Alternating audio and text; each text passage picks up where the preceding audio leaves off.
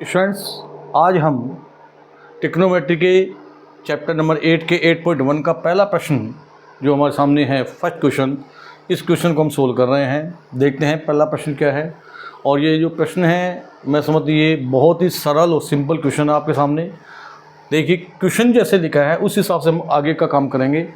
Question क्या कह रहा है, पहले क्वेश्चन को समझिए। हाँ, मैं हमेशा एक बात कहता हूँ कि जब भी आप कोई भी क्वेश्चन सोल्व करें तो सबसे पहले क्वेश्चन को समझने का प्रयास करें। क्वेश्चन क्या रहा है, चाहे वो किसी भी सब्जेक्ट का हो। तो यह क्वेश्चन को समझने का प्रयास करते हैं, क्वेश्चन क्या कह रहा है। इन ए ट्राइंगल ए बी सी, अर्थात ए बी सी हमारे पास एक ट्राइंगल दे रहा है, राइट एंगल एट बी, और हमें एक राइट एंगल बनाना है बी पॉइंट पे। ए बी जिसके अंदर 24 सेंटीमीटर होगी, बी सी हमारा 7 सेंटीमीटर होगा। तो हमें इस बात को डिटरमाइन करना है। डिटरमाइन मतलब हमें साइन ए कोस ए, साइन सी कोस सी, इसके रेशियोज हमें फाइंड आउट करने हैं कि वो कौन से होंगे, उनकी साइड्स का रेशियो क्या बनेगा। तो इसके लिए सबसे पहले हम क्या करेंगे, एक ट्राइंगल बनाएंगे। ट्राइंगल बनाएंगे हम ए बी सी। तो सबसे पहले हम ट्राइंगल बनाते हैं ए बी सी।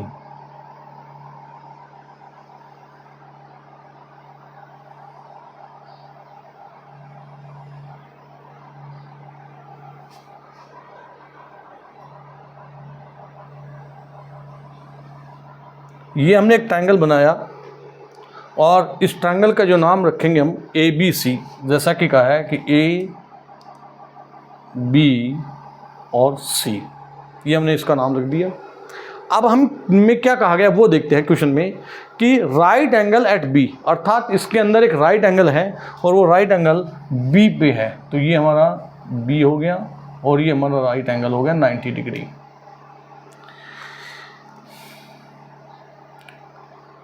अब ध्यान से देखिए कि राइट एंगल बी हमने कर दिया। अब हमें जो मेजरमेंट दिया है वो भी हम लिख लेते हैं। ए बी हमें दिया है 24 सेंटीमीटर, अर्थात ए और बी ये हमें दिए हैं 24 cm।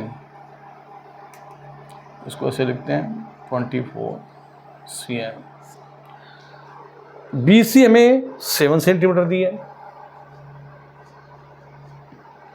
अब हमें बेस मिल गया, हमें परपेंडिकुलर मिल गया, लेकिन हमें हाइपोटेन्यूस नहीं है। जैसा कि मैंने आपको ये चैप्टर स्टार्ट किया था उस समय मैंने आपको बिल्कुल अच्छे तरीके से समझाया कि 90 डिग्री एंगल के सामने जो साइड, अपोजिट जो साइड होती है वो हमेशा हाइपोटेन्यूस होती है। तो ये हमारा एच हो गया। एच हमें है फाइंड नहीं है, इसको हमें फाइंड आउट करना है सबसे पहले। तो एच को फाइंड आउट करने के लिए मैंने आपको पाइथागोरस थ्योरम समझाई थी, तो उसको हम यूज करते हैं। तो हम लिखते हैं पाइथागोरस बाई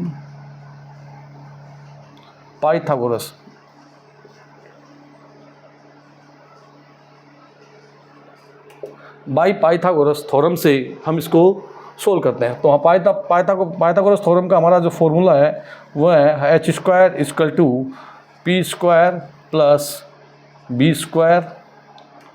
एच स्क्वायर हमारे पास में नहीं है, हमें एच स्क्वायर फाइंड आउट करना है। पी हमें दे रखा है 24 के स्क्वायर हो गया, प्लस बी स्क्वायर है, बी हमें 7 दे रखा है, ये हमारा 7 के स्क्वायर हो गया, इक्वल टू एच स्क्वायर। 24 को 24 से मल्टीप्लाई करेंगे तो हमारे पास में क्या आता है ये हम फाइंड आउट कर लेते हैं। 576 आएगा। 24 मल्टीप्लाई 4 4 जा 16 का 6, 1 कैरी, 4 2 जा 8 और 1 9, मल्टीप्लाई 2 4 जा 8, ये हो गया हमारे पास में 2 2 जा 4, 6 9 8 17 का 7, 1 कैरी, 4 1 5, अर्थात 576। ये हम लिख देंगे 576।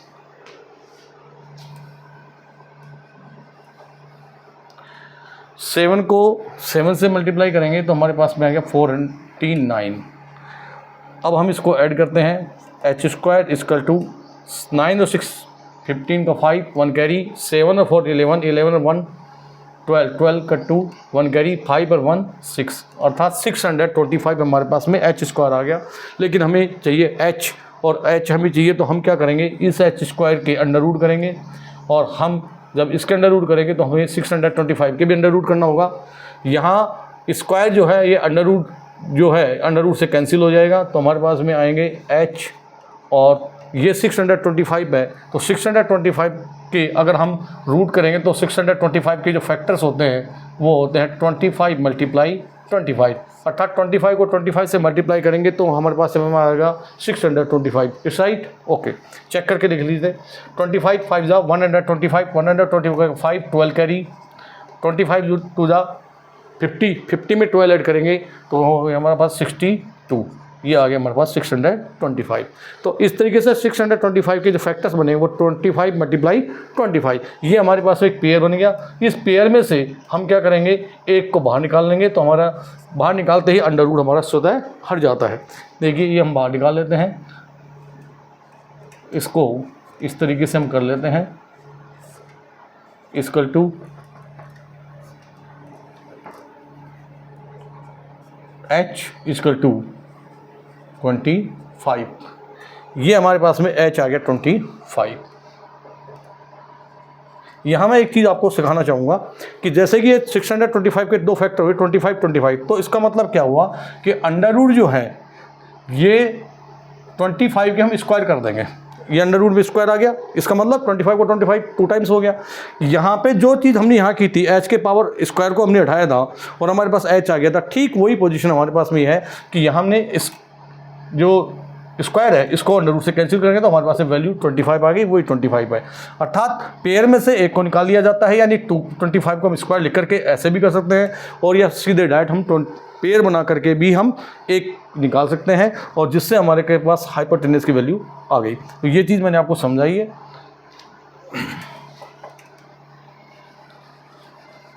अब हमारे सामने इस ट्रायंगल की तीनों साइड हमें मिल गई, हमें परपेंडिकुलर मिल गया 24 सेंटीमीटर, हमें बेस मिल गया 7 सेंटीमीटर, और हमें हाइपोटेन्यूस 25 सेंटीमीटर, ये तो हमें मिल गया। अब हमें जो दिया गया है क्वेश्चन में साइन ए और कोस ए, सबसे पहले हमें इनके रेशियो फाइंड आउट करना है। तो देखिए एक बात ध्यान रखने वाली बात है कि जो क्वेश्चन कह रहा है ये तो हमने अपने हिसाब से बेस, परपेंडिकुलर, हाइपोटेन्यूस हमारा जो था ट्राइंगल, उसके आधार पे हमने इसको कर लिया, लेकिन अब हमें क्वेश्चन के हिसाब से चलना होगा कि क्वेश्चन में जो एंगल बन रहा है वो कहाँ बन रहा है, थीटा जो बन रहा है वो कहाँ बन रहा है। जैसे थीटा बनता है, जैसे कि मैंने स्टार्टिंग की क्लास में आपको पढ़ाया था कि थीटा जहाँ होता है उस हिसाब से जो साइड्स होती हैं वो साइड अपने आप में चेंज हो जाती हैं। किस तरीके से देखिए आप, सबसे पहले हम साइन ए करेंगे, तो साइन ए है, इसका मतलब एंगल हमारा यहाँ बन रहा है, ये एंगल हमारा यहाँ बन रहा है, यानी थीटा यहाँ बन रहा है। तो जिसका मतलब ये हुआ कि थीटा अगर यहाँ बन रहा है तो मैंने आपको सिखाया था कि थीटा के जस्ट अपोजिट जो साइड होती है वो हमेशा परपेंडिकुलर होती है, इस साइड। तो थीटा के जस्ट साइड में हमेशा ये, अब ये जो बी है ये बेस ने होकर के ये हो गया परपेंडिकुलर, ये हो गया हमारा परपेंडिकुलर, और थीटा के साथ में जो साइड होती है वो साइड हमारी कौन सी होगी, बेस होगी। तो ये P हमारा बन गया बेस, ये आपको समझना होगा क्योंकि थीटा बदल गया, हमारा एंगल बदल गया, एंगल चेंज होते ही हमारे जो साइड्स हैं वो भी चेंज होंगी। अब हम इसका रेशो आराम से लिख देंगे। सबसे पहले हमारे पास में साइन ए इक्वल टू, अब साइन ए की जो रेशो था वो मैंने आपको क्या बताया था, PH, तो आप सबसे पहले क्या लिखेंगे, PH, यानी परपेंडिकुलर अपॉन हाइपोटेन्यूस। तो P क्या है हमारे पास में, इक्वल टू P, अब P कहाँ है हमारा, ये रहा, ये क्या है हमारा 7, तो हम क्या लिखेंगे 7। H हमारा क्या है 25, तो ये हम लिखेंगे 25। अब आता है कोस ए, इसका मतलब एंगल हमारा ए पे बन रहा है, थीटा एक पे है। अब कोस ए की जो रेशो थे वो क्या थे, कोस ए का रेशो PH BH, तो ये हो गया BH, बेस अपॉन हाइपोटेन्यूस। अब बेस कहाँ है अपना, ये रहा, तो बेस हो क्या हो गया 24 अपॉन हाइपोटेन्यूस 25, ये हमारा साइन ए और कोस ए के रेशो आ गए। अब बात करते हैं साइन सी और कोस सी की। देखिए साइन सी इक्वल टू, अब ध्यान से देखिए थीटा यानी एंगल जो है वो सी पे बन रहा है, तो एंगल सी पे बन रहा है, तो अब हम इसको रिमूव करेंगे और एंगल सी पे जाएंगे, ये एंगल हमारा यानी थीटा सी पे बन गया। अब थीटा जब सी पे बन गया तो हमारे परपेंडिकुलर बेस भी चेंज हो गए, हम इनको रिमूव करेंगे, हटाएंगे। अब थीटा के सामने की जो साइड होती है वो मैंने आपको बताई थी, वो परपेंडिकुलर होगी, और थीटा के साथ वाली जो साइड होगी वो हमारी बेस होगी, ये बेस हो गई। अब हम साइन सी के जो रेशोज हैं वो लिखेंगे। तो साइन थीटा की वैल्यू क्या होती है, साइन थीटा के जो रेशो बनता है वो क्या है, पी एच तो परपेंडिकुलर अपॉन हाइपोटेन्यूज। परपेंडिकुलर क्या है हमारा, ये रहा 24, और हाइपोटेनियस 25, तो ये हो गया हमारा 24/25। और फिर हमारा है कोस सी इक्वल टू, अब कोस सी क्या होता है, B H equal to base क्या है हमारा 7 एंड हाइपोटेनियस क्या है हमारा 25, तो 7/25।